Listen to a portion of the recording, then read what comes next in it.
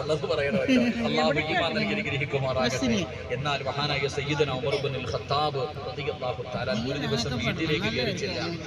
ഒരു ദിവസം തന്റെ വീട്ടിലേക്ക് കടന്നു ചെന്നപ്പോ തന്റെ പൊന്നുമകൻ അബ്ദുള്ള, എന്റെ പ്രിയപ്പെട്ടവരെ, തന്റെ പ്രിയപ്പെട്ട പൊന്നുമകൻ അബ്ദുള്ള ഇറച്ചി തിന്നോണ്ടിരിക്കുക, ഇറച്ചിക്കറി വെച്ചിട്ട് തിന്നോണ്ടിരിക്കുക. റളിയല്ലാഹു തആല കണ്ടപ്പോ വല്ലാത്ത ദേഷ്യം തോന്നി. തന്റെ മകനോട് ചോദിക്കുകയാ, നാട്ടുകാർ മുഴുവനും പട്ടിണി കിടക്കുമ്പോ ഇസ്ലാമിന്റെ രണ്ടാമത്തെ ഖലീഫയുടെ മകൻ വീടിന്റെ അകത്തിരുന്ന് ഇറച്ചി തിന്നുന്നു. അല്ലാഹുവേ, തന്റെ മകനോട് ദേഷ്യപ്പെടാ. തന്റെ ഇറച്ചി തിന്നുന്നതാണ് നാട്ടുകാര് പട്ടിണി കിടക്കുമ്പോ. എന്തിന് സഹോദര? ഇന്നത്തെ നേതാക്കന്മാരൊക്കെ പഠിക്കണം, ഇന്നത്തെ ഓരോ നേതാക്കന്മാരും പഠിക്കണം. മഹാനായ സയ്യിദുനാ ഉമർ ഇബ്നുൽ ഖത്താബ് റളിയല്ലാഹു തആല ഒരു ദിവസം വീട്ടിൽ ചെന്നപ്പോ മോൻ തലയിൽ എണ്ണ തേച്ചിരിക്കുക.